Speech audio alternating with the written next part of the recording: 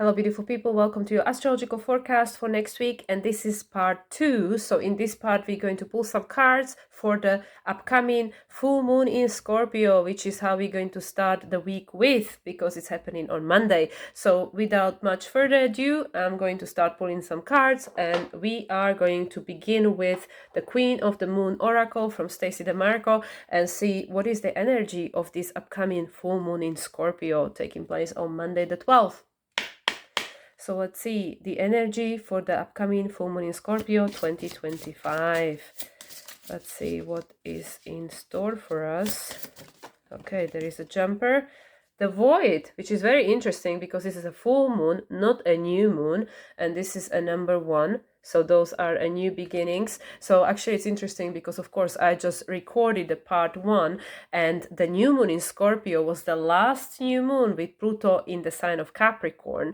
And next year the full moon in Scorpio will be the first moon with Uranus back in the sign of Gemini. So there were all these like first or last, with all these important planets like Pluto and Uranus moving the signs. So yeah, with the void is, and because it is a full moon, which is illuminating a lot of things to us, of course, we have the conjunction between Sun and Uranus. So Uranus is very active for this moon, and also the trine to the moon from Saturn and North Node. So there are a lot of things that we have the opportunity to decide on. So even though it is not a new moon, it is a full moon, we are choosing that, okay, now things are illuminated to us, what's been going on since November, when this moon got seeded on November 1st, when we had the new moon in Scorpio. And now we are conscious and aware what happened between now and then. A lot of things happen astrologically wise, of course, and now we can decide, like, okay, so what do I want to birth from this energy? Where do I want to go from here? We're not seeding seeds, but we're still choosing where am I going from this. And also at the bottom of the deck we have the beginnings. So this is interesting. We have the 1 and the 2, the beginning, because there is a new opening, and this one actually we can see it's a full moon. Yeah, whatever got seeded for us, now we have the opportunity to choose what are we doing with this energy, because you put the seeds in the ground. Maybe you didn't know what they were, but you put them in there. Now they're grown. If you are obviously, you have green thumbs and stuff, you know what it is. Is it a carrot? Is it a tomato? What the hell is it, right? And now, do I want these fruits? Do I like tomatoes? Do I like carrots? Do I like it, or do I want to give it away, or do I want to, plant something else next time? What do I want to do, right? And this opens a new beginnings for us. So this full moon in Scorpio is preparing us for the new beginnings, which are going to be especially taking place. Well, we have a lot of the energy coming through this summer, because Uranus is already moving into the sign of Gemini in July. However, 2026, as I keep saying, 2026 is the reset year. 2026 is the year 10, which is the wheel of fortune. The fortune of the destiny is turning, and it's the 1 and the 0. The 1, the magician. You are the magician. You are the conscious creator of your reality. Creator of your reality, conscious or unconscious. So there is the opportunity, especially with the number 2, to co-create with the spirit. Go from this, the gray, the old, the disempowerment, this Saturn, that this someone else is in charge of my life, is the God, is the Mars, is the Saturn, is the whoever it is, karma, destiny, whatever. And now it's saying, like, no, think again, dream your dream of the future, where you actually create exactly the one that you want. It's up to you. So yeah, so this full moon in many cases is showing up what is still like, in a sense, preventing us or blocking us from believing that, because of the Scorpio, a lot of shadow. Also Lilith, Black Moon Lilith is active. So we have the grand fixed cross active still, with the Pluto Mars opposition. It's a little bit wide orb, but still active. Also Mars, square to Mercury, Mercury square to Pluto, and then Lilith squaring Mars and Pluto still.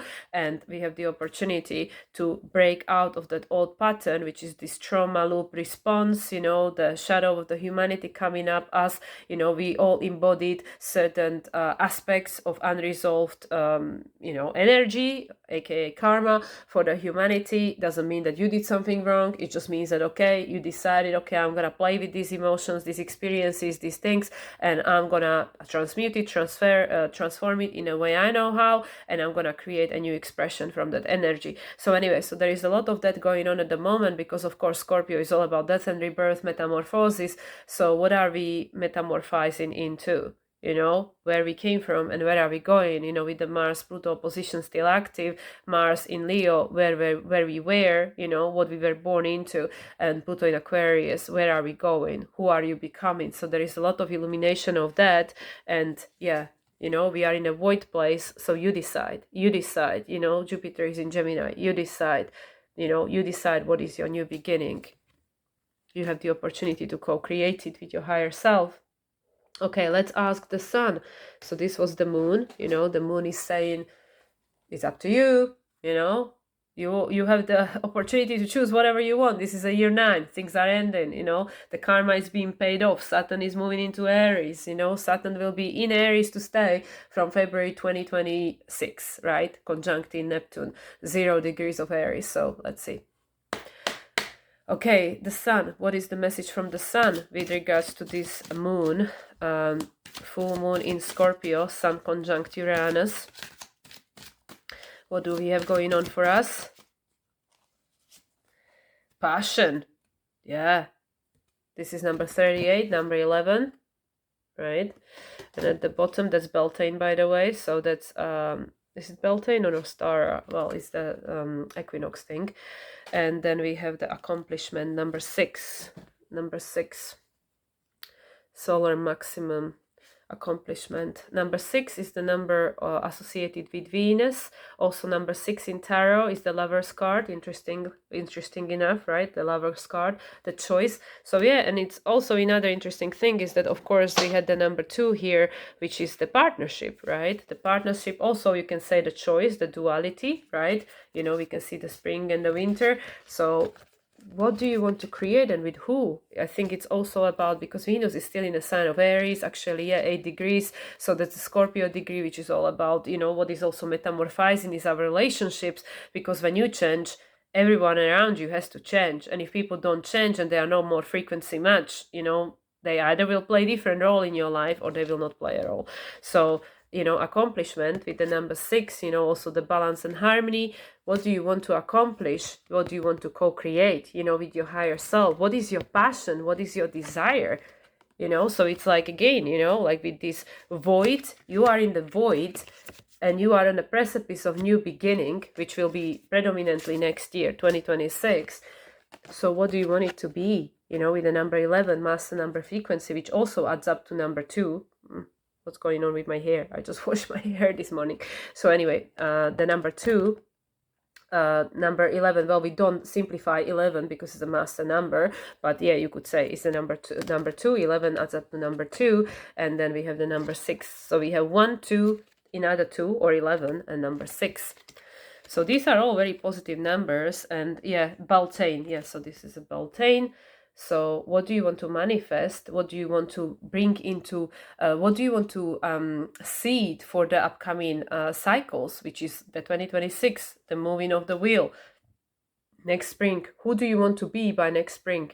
You know, and then we'll have the full moon in Scorpio in May 2026, like I said already, with Uranus on 0 degrees of Gemini and Saturn Neptune back in the sign of Aries. So everything will be changing. We'll have the nodes ending their stint through Virgo Pisces, because they'll be moving into Leo Aquarius in July, and by that point also Chiron will be in the sign of Taurus. So the new foundation, right? So that's what I mean.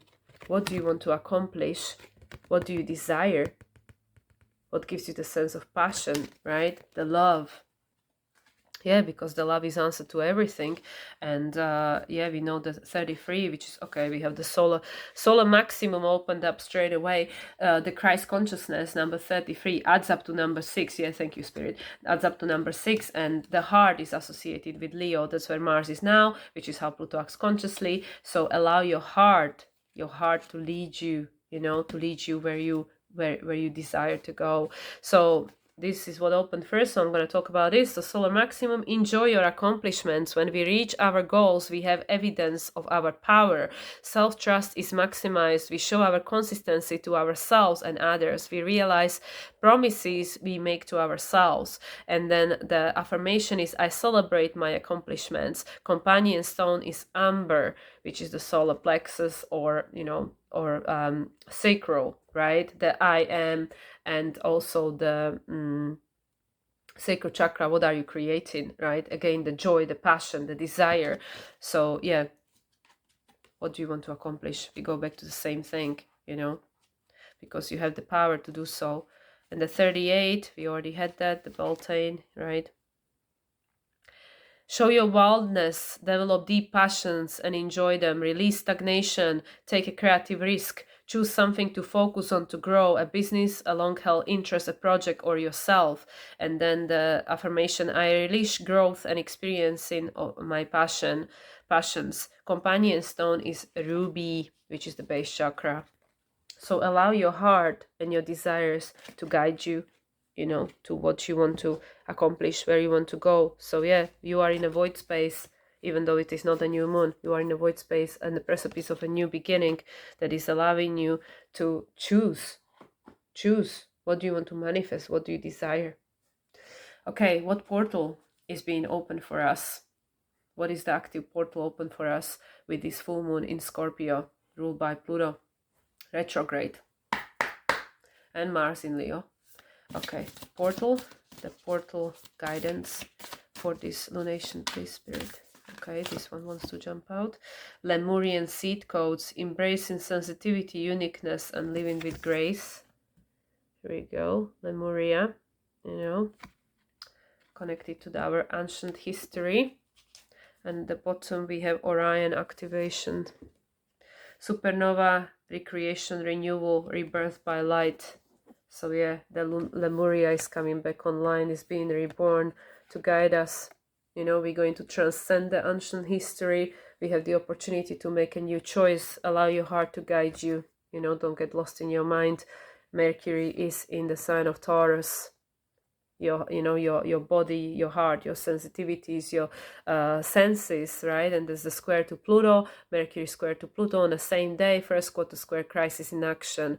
What are we holding on to? Because we have the trauma response, and at the same time, what is your body asking you of? Like, where do you want to go? How do you feel, right? So let's see Lemurian seed codes first.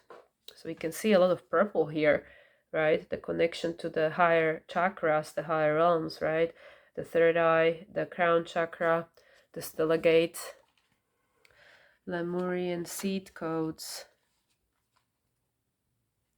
Oh, the Orion activation opened up there. But yeah, let's start with the Lemuria. Lemuria, civilization that was in the middle of Pacific Ocean in ancient times. The inhabitants of this sacred land lived in complete harmony with nature and had a connection with every living being, similar to the movie Avatar. Their inner vision was fully activated to the point where it is thought that their pineal gland was fully developed and they could see for hundreds of miles in every direction, in a similar way to the sonar of dolphins and whales. The majority operated from their heart space, honoring one another and nature, so much so that when their civilization came to an end through cataclysmic event, most likely the plates of the earth shifting, causing volcanic eruptions and a tsunami, most of them ascended. It is said that these highly attuned beings knew that their civilization would end and decided to send healing waves to another part of the world for future civilization to benefit from. They telepathically channeled their frequencies into a thought form that would become crystals that would be found thousands, possibly millions of years later. These Lemurian seeds are the type of quartz crystals mostly found in Brazil and Colombia. They are powerful crystals with striations similar to barcodes engraved on their faces. They have a feminine receptive energy that is said to help us step into a more feminine way of being in order to help the evolution of the species. Yeah, that's coming online. Your message: you are a highly sensitive being. You might feel that this is a curse, but this card is here to let you know that it is a gift. It indicates that you have spent lifetimes upon lifetimes living with a giant shield up to stop the world seeing the real you, but you are a highly unique soul with incredible gifts that are worth sharing. Through embracing your uniqueness, you can help many others embrace their own. This lifetime is a more graceful excuse me, existence with less defense and more trust. It's not about protecting yourself, but stepping into the space of surrender and revealing your true self. Sorry, I had to pause there for a bit to have a cough. So anyway, yeah, Lemurian. So it is about authentic expression through the heart-centered consciousness, and that's what's coming online for us. So that is also connected to this, you know, the passion, what do you want to accomplish, the beginning, the void, having the opportunity to bring the Lemurian qualities and also their wisdom and their way of being into our current present reality and co-create the new world from this place of heart and place of authentic expression, you know, where if we are not feeling, if we don't feel that we have to suppress our true authentic expression because of the program, because of the environment, because of anything, then there is really nothing to fight against, right? Because if you just can be yourself, then you don't have to be at war with others. Because, you know, like if you feel we can't be ourselves, then we are at war with ourselves, because we have to reject aspects of ourselves that are unique and authentic to us. So anyway, so with the Lemurian seed codes coming online, this is a way of experience reality that is heart-centered and also allows the connection to all, right? But in a like safe way, I don't know if that's the right word, more connected way, so you don't feel like you losing yourself in others. Yeah, it is all about the living life from the higher levels of consciousness, understanding the totality of all there is, but not being lost in this program that say that we have to sacrifice ourselves in order to belong. So yeah, there are a lot of layers to this, but in a sense, it's all about attuning you to your heart and to your higher chakras to connect, you know, to connect to things that we cannot see. Orion activation, supernova recreation. I'm sure that we had both of these cards before, definitely the Lemurian one, because I recognize the message. Okay, Orion. Orion is one of the best known constellations in the night sky. Its name is Greek for hunter, and its stars can be seen as a figure with a sword accompanied by a dog, Sirius. At the center of the constellation, three stars, Alnitak, Alnilam, and Mintaka, appear in a belt-like form. To the south of Orion belt, there's a nebula that has revealed much about how stars and planetary systems are formed. The best way to describe this space is a star nursery. During a star's last evolutionary stages, it explodes into a supernova, which provides the perfect space for a new star to be born. The Orion constellation is home to a number of higher beings, many of whom are dedicated to the evolution of our planet. Even though the idea of the constellation being a hunter might make it seem highly masculine, its energies are in fact similar to these of Lemuria.